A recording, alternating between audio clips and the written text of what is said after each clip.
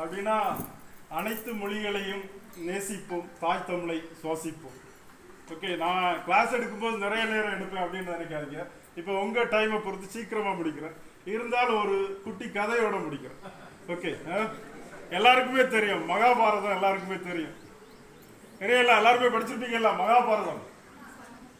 படிச்சிருக்கீங்க. ஓகே, அங்கே சொர்ணாச்சாரியார் என்ன ஒரு முனிவர் இருப்பார். அப்போ அந்த முனிவர் பாண்டவர்கள் 5 பேரையும் கௌரவர்கள் 100 பேரையும் காட்டுக்கு கூட்டிட்டு போவார். இப்போ காட்டுக்கு கூட்டிட்டு போகும்போது காட்டுல ஒரு அம்பு பார்த்தீங்கன்னா 7 மரத்தை துளைச்சிட்டு போயிருக்கும். அப்போ பேக்லேருந்து யார் வந்துட்டு இருப்பாங்கன்னா அர்ஜுனன் வந்துட்டு இருப்பார். இப்போ அர்ஜுனன் விட்டு அம்பா இருக்கு அப்படின்னு அவர் நினைச்சிட்டு போவார். அதுக்கு அடுத்து இந்த 100+5 இதை ஞாபகப்படுத்தும் போது சாருக்கு ஞாபகமாக வருது. ஏன்னா 17 பேரில் தொடங்கி இப்போ 105க்கு மேலே போயிட்டு இருக்கு அப்படின்னு. அதே போல் 105 பேரை கூட்டிட்டாக்க சொர்ணாச்சாரியார் போயிட்டு இருக்கிறார். அப்போ பார்த்தீங்கன்னா காட்டில் போய் ஒரு மரத்தை பார்க்க சொல்கிறார் எல்லார்ட்டையுமே. இப்போ எல்லார்ட்டையுமே பார்க்கும்போது பார்த்தீங்கன்னா சிலவங்க சொல்கிறாங்க அதில் இலை தெரியுது, சிலவங்க குலை தெரியுது, சிலவங்க என்னது வேற என்னது இது சின்ன சின்ன என்னது கிளைகள் தெரியுது அப்படின்னு எல்லாம் சொல்கிறாங்க. ஆனால் அர்ஜுனன் மட்டும் சொல்லுகிறார் அந்த கிளிக்க தலை தெரியுது அப்படின்னு. அப்போ ஒரு அம்பை வீத சொல்லுவார். அப்போ ஒரு அம்போட அந்த கிளிக்க தலை என்ன செஞ்சிருக்கோம், விழுந்துடும். அதுக்கு அடுத்து என்னது இந்த 7 மரம் இருக்குல்ல, அந்த 7 மரம் துளைச்சிருக்கிறத இது எதனால துளைச்சிருக்குன்னு இது விசாரிப்பாங்க. அப்போ பார்க்கும்போது பார்த்தீங்கன்னா அங்கே ஒரு குயவ குலத்தில் உள்ள ஒரு பையன் இருக்கும். அப்படின்னா குயவன்னா வேற ஒன்றும் இல்லை, அது சொல்ல விரும்பல, ஒரு தாழ்ந்த குலத்தில் உள்ளவர். அப்போ அவருக்கு பேர் பார்த்தீங்கன்னா ஏகலை. அப்போ இது எப்படிடா இந்த அம்பு இவ்வளோ தூரம் துளைச்சது அப்படின்னு. அப்போ உடனே அவர் சொல்லுவார், அப்படின்னா இதுக்கு மாறலை, நான் லாஸ்ட்டில் சொல்லுவேன் அப்படின்னா. அப்போ உடனே அவர் என்ன சொல்கிறாருன்னா, நான் நீங்கள் கற்றுக் கொடுத்ததை நான் ஒளித்திருந்து பார்த்துட்டு இருந்தேன். நீங்கள் அரச குடும்பத்துக்கு கற்றுக் கொடுத்துருக்கிறத நான் அனைத்தையுமே நான் ஒளித்து இருந்து பார்த்துட்டு இருந்தேன். அதனால நான் என்னது அந்த பார்த்துருந்து அதை ப்ராக்டிஸ் பண்ணேன். நான் ப்ராக்டிஸ் பண்ணது ஃபுல்லாகவே காட்டில் என்னது ப்ராக்டிஸ் பண்ணிட்டேன். அப்போ அந்த அவ்வளோ கூர்மையாக அந்த வேல் என்னது துளைச்சிட்டு போடு. வேற ஏதாவது கலை உனக்கு தெரியுமாடா அப்படின்னு கேட்குறாரு. அப்போ உடனே தொன்னாச்சாரியரை பார்த்து ஏகலை சொல்கிறாரு, எனக்கு சப்தக்கலைன்னு ஒரு கலை தெரியும் அப்படின்னு. உடனே சப்தக்கலைன்னா என்ன கலைன்னு கேட்குறாரு தொன்னாச்சாரியார். அப்போ உடனே ஏகலை சொல்கிறாரு, அப்படின்னா சப்தக்கலை என்பது நீங்கள் எல்லாருமே அமைதியாக இருக்க அப்படின்னு. அப்போ காட்டில் போய் எல்லாருமே என்னது அமைதியாக இருக்கிறாங்க. அப்போ அமைதியாக இருக்கும்போது என்ன செய்கிறாருன்னா ஒரு நரி ஊழ போடுறோம்.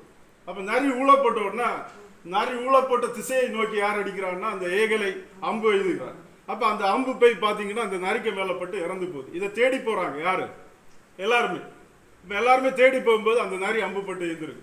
இதே போல அறிவும் திறமையும் உடையவர்கள் தான் இங்க படிக்கிறானது மாணவர்கள். அந்த மாணவர்கள் அந்த திறமையை எனக்கு பயன்படுத்தும். அப்ப அதுக்கு வேண்டிதான் இந்த கதையை நான் உங்களிடம் சொல்றேன். நீங்க சொல்லலாம் அங்கே இருக்கு ஆகாசி, இங்கே இருக்கிறது கிரீன் பார்க், அங்கே இருக்கிறது பிரில்லியன்ட். எது இருந்தாலும் சரி, நம்ம எப்படி ஒர்க் பண்றோமோ அதுதான் நம்ம இது. அந்த குய தொழில் செய்கிற குலவன் என்ன செய்கிறான், அந்த அவருக்கு என்னது இந்த ஆகாசம் மாதிரியோ இந்த பிரில்லியண்டோ மாதிரியோ இந்த என்னது என்ன சொன்னப்பல ஸ்பைரோ மாதிரியோ என்ன செய்யல, டீச்சிங் பண்ணல. அவர் என்ன ஒரு குரு பண்ணி கொடுத்ததை பார்த்துட்டு என்னது பண்ணவர். பார்த்தீங்கன்னா அவ்வளவு திறமையான மாணவர்கள் தான் அங்கே இருக்கிறீங்க. பார்த்தீங்கன்னா இந்த மாணவர்களுக்கு ஒர்க்கை பார்த்து நான் வியந்துட்டு உண்டு நிறைய நாள். அப்படின்னா அந்த அளவு படிக்கிறவங்க, ரொம்ப எமோஷனோட படிக்கிறவங்க, ரொம்ப தாகத்தோட படிக்கிற மாணவர்கள் இங்கே நிறைய இருக்கிறாங்க. அது எனக்கு தெரியும். நான் ஏறே என்ன செய்யல, பேர் சொல்ல விரும்பல. எல்லா மாணவர்களும் நல்லவர்கள் தான். எனக்கு நான் சில கோபத்தில் வருவேன்.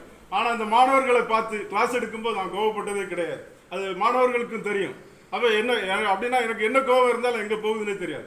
அதுக்கு அடுத்து நான் இன்னொன்று சொல்ல விரும்புறது பார்த்தீங்கன்னா, உங்களுக்கு வேண்டி முழு நேரமும் எப்பவுமே பார்த்தீங்கன்னா நான் சாருக்கு இதை செக் பண்ணுறது எப்பவுமே ஆன்லைனில் இருப்பார். அதுக்கு அடுத்து பார்த்தீங்கன்னா சார்ட்ட எனக்கு ரொம்ப பிடிச்ச ஒரு விஷயம் இருக்குது. அது சாருக்கும் தெரியாது, நான் அவர்கிட்ட ஷேர் பண்ணதும் கிடையாது. பார்த்தீங்கன்னா சார் இந்த ஃபேஸ்புக்லேயே இருக்கட்டும், இதில் இருக்கட்டும், விஜயகாந்துக்கு ஒரு ஸ்டோரி அது வந்துன்னா ஃபர்ஸ்ட் லைக் அவருக்கு லைக்காக தான் இருக்கும். பார்த்தீங்கன்னா ஒரு நல்ல மனிதரை நேசிக்கிறார். அந்த ஒரு நட்புக்காண்டி தான் எனக்கு அவரை சாரை நல்லா பிடிக்கும். உண்மையை சொல்கிறேன். அப்படின்னா விஜயகாந்துக்கு அவர் இல்லைன்னு சொல்லிப்பாரு. நான் இதுவரை சார்ட்ட சொன்னது கிடையாது. விஜயகாந்த் ஒரு இதை போடுறாருன்னா, அவரை பற்றி போடுறாங்கன்னா அதை அவர் பார்த்தீங்கன்னா எல்லாரும் சொல்லுவாங்க குடிகாரரு அப்படி இப்படின்னு எல்லாம் சொல்லுவாங்க. ஆனால் அவரை போல ஒரு நல்ல மனிதர் வாழ்ந்திருக்க முடியாது. எதையுமே எதிர்பார்க்காம என்னது வாழ்ந்துவார். அதே மாதிரி தான் சாரும் உங்களுக்கு வேண்டி அவ்வளவு என்ன செஞ்சிருக்க சொல்லியிருக்காரு. இன்னும் மட்டும் எல்லாம் இந்த கல்விக்கு வருத்தப்படாதீங்க. சார் என்னது பேசினா போக மாட்டாங்க அப்படின்னு சும்மா இப்போ ஜஸ்ட் முடிச்சிடுறேன். ஓகே, ஜஸ்ட் என்னது முடிச்சிடுறேன். அப்படின்னா இன்னொன்று சொல்கிறேன், கல்வி என்னது மிகவும் என்னது முக்கியமானது. கல்வியின் பயன் தான் என்னது அறிவு, அறிவின் பயன் தான் என்னது பண்பாடு, பண்பாடின் பயன் தான் என்னது ஒழுக்கம். அழகா சொல்லுவாங்க, ஒழுக்கம் தராத கல்வியும் என்னது விளைச்சல் தராத வயலும் என்னது வீணானது. அப்போ இங்க படிக்கிற மாணவர்கள் எல்லாருமே என்னது ரொம்ப ஒழுக்கத்துடன் படிச்சிருக்காங்க. அதுதான் எனக்கு ரொம்ப பெருமையா இருக்கு. பாத்தீங்கன்னா மத்தியானத்துக்கு மேல கிளாஸ் எடுக்க வரும்போது நான் பார்ப்பேன், மத்தியானத்துக்கு மேல வந்து கிளாஸ் எடுக்கிற சாதாரண விஷயம் கிடையாது. அப்போ அந்த மத்தியானத்துக்கு மேல வந்து கிளாஸ் எடுக்கும்போது எல்லா மாணவர்களும் அப்படியே இருப்பாங்க. எனக்கே ஆச்சரியமா இருக்கு, இப்படி நல்ல மாணவர்களுக்கு நம்ம கிளாஸ் எடுக்கிறோமே, இதே ஒரு பெரிய சந்தோஷமான செயல் அப்படின்னு நான் நிறைய நாள் வியந்துட்டு உண்டு. அப்படின்னா இப்போ கிராஸ் கோர்ஸ் பார்த்தீங்கன்னா அந்த மாணவர்களையும் நான் சொல்றேன். அப்படின்னா அந்த கிராஸ் கோர்ஸ் மாணவர்கள் பார்த்தீங்கன்னா எல்லாருக்குமே எல்லா நாளுமே பிசிக்ஸ் மத்தியானத்துக்கு மேலே தான். அது ஒரு அப்படின்னா எனக்கு ஒரு காரணத்துக்காக வேண்டி, ஏன்னா சார் சார்ட்ட சொல்லியிருந்தேன் எனக்கு முடியாது சார், இப்படி தான் வர முடியும் அப்படின்னு உள்ளதுனால நான் வந்திருந்தேன். அப்போ பார்த்தீங்கன்னா அந்த மத்தியானத்துக்கு மேலே கிளாஸ் எடுக்கும் போதும் ரொம்ப ஆவலோட எதிர்பார்த்துருப்பாங்க. அந்த ஒழுக்கம் கொடுக்கக்கூடிய கல்வியில் நீங்கள் ஆணித்தரமாக இருக்கிறீங்க. நீங்கள் இன்னும் என்னது சொல்லப்போனால் நிறைய ஒரு சின்ன சிந்தனையை மட்டும் சொல்லி முடிக்கிறேன்.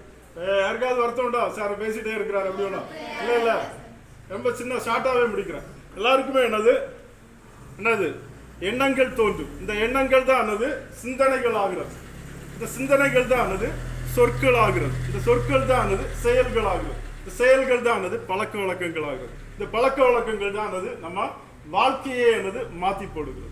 ஓகே, அதான் சொல்லுவாங்க அழகா, பிக்காசோவியத்தின் ஓவியத்தை விட பீத்தோவின் இசையை விட கம்பெனின் என்னது ஒரு செய்யுள், கண்ணதாசனின் ஒரு வரிகள், வைரமுத்தின் ஒரு வரிகள் நம்ம வாழ்க்கையை என்ன செய்யலாமா மாற்றலாமா. அதுக்கு வேண்டியது என்ன செய்யும், நீங்கள் என்ன செய்யணும், வாழ்க்கையை மாற்றணும்னா நீங்கள் நிறைய என்ன செய்யணும், படிக்கணும்.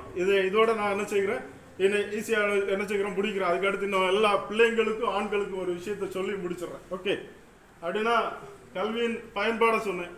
இன்னும் இந்த ஏன் படிக்கணும் அப்படின்னு உள்ளது, இது அடிக்கடி நான் உங்கள் கிளாஸ்ல எல்லாம் இதை சொல்லியிருக்கிறேன்.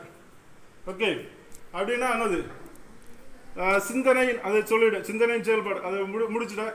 இனி பார்த்தீங்கன்னா எல்லாருமே என்னது எல்லா வளமும் பெற்று என்னது எல்லாருமே இப்போ 1-2 பேர் வரணும் அப்படின்னு எல்லாம் விரும்புறது கிடையாது. எல்லாருமே சாதாரணப்பட்டவங்களில் எல்லாருமே உங்கள்கிட்ட அளவிட முடியாத என்னது சக்திகள் இருக்கு, அளவிட முடியாத என்னது திறமைகள் இருக்கு. அந்த திறமைகளை என்னது பயன்படுத்தி வாழ்க்கையில மிகவும் சிறந்தவர்களாக வர வேண்டும்.